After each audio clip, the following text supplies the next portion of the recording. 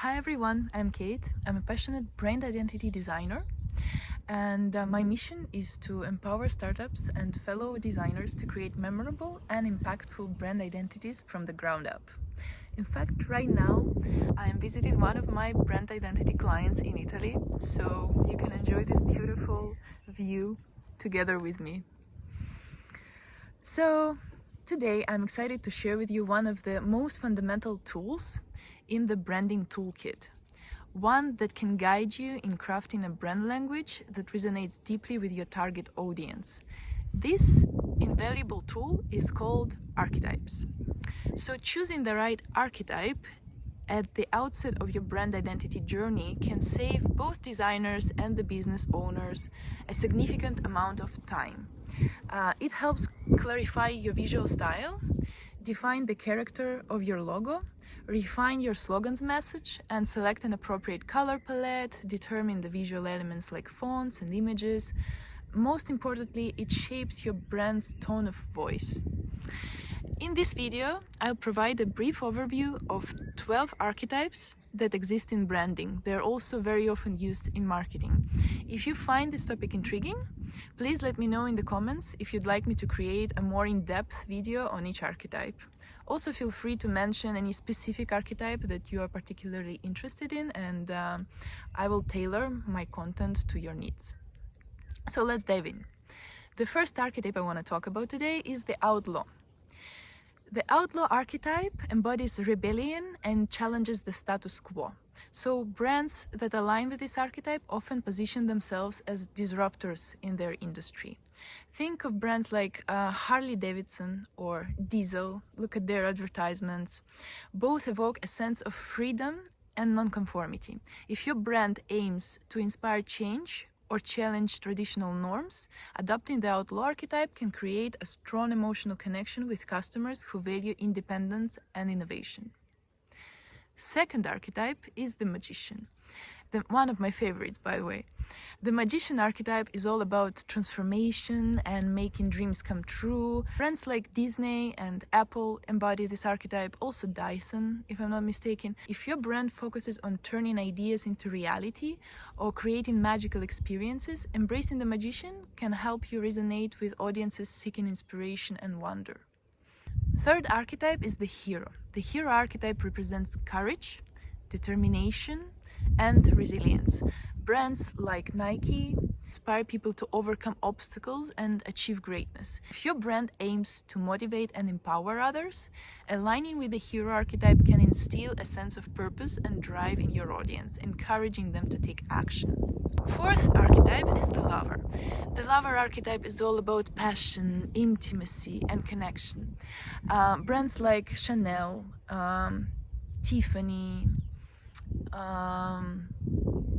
very often brands that sell sweets also use this archetype.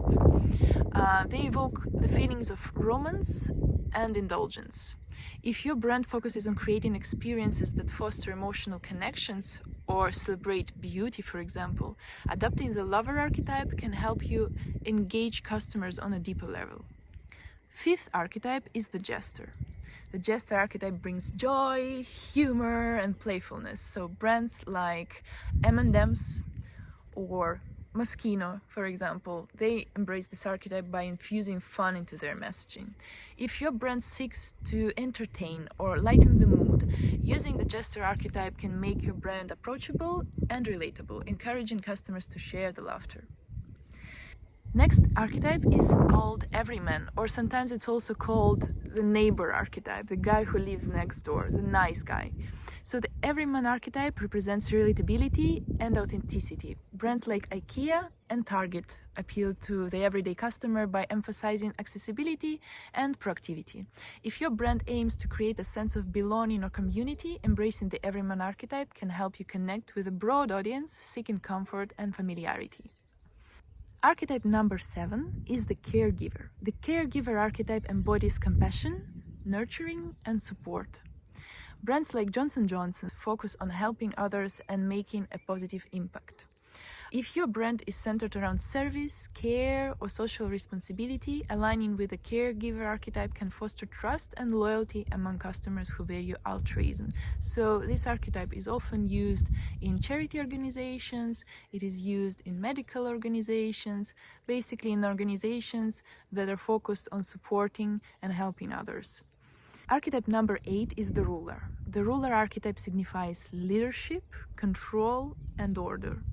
Brands like Mercedes-Benz, Rolex, Rolls-Royce, all the heavy luxury basically, for sure, they project authority and prestige.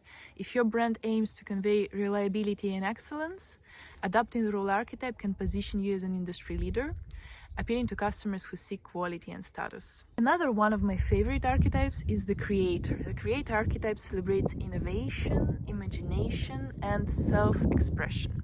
Brands like Adobe and Lego inspire creativity in their audiences. If your brand is focused on artistic endeavors or empowering others to create, embracing the creator archetype can attract customers who value originality and craftsmanship. Archetype number 10, the innocent. The innocent is also called archetype of a child. It represents purity, simplicity, and optimism. Brands like Coca-Cola or McDonald's or Dove, they evoke feelings of nostalgia and happiness. If your brand aims to promote positivity or return to simpler values, aligning with the innocent archetype can resonate with customers seeking comfort and hope. The sage. The sage archetype is one of the most serious ones. It embodies wisdom, knowledge, and insight.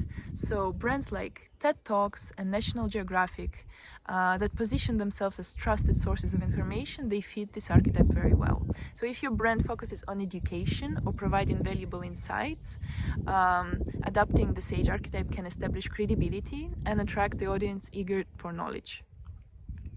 And the last archetype for today is the explorer. The explorer archetype represents adventure, discovery, and freedom. Brands like the North Face and Jeep encourage customers to seek new experiences, and they are a good example of the explorer archetype. If your brand is centered around exploration or pushing the boundaries, embracing the explorer archetype can inspire customers to embark on their own journeys. In conclusion, understanding these archetypes allows you to create a more cohesive brand identity that resonates with your target audience.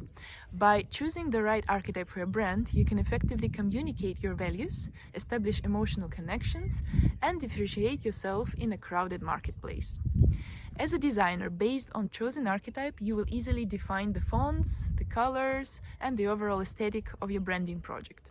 To learn more about what visual language works for each specific archetype, follow me for the upcoming in-depth videos. Thank you for joining me today. I hope this exploration of archetypes inspires you as you embark on your branding journey. If you have any questions or would like to discuss how these archetypes could apply to your own brand, feel free to reach out. Bye!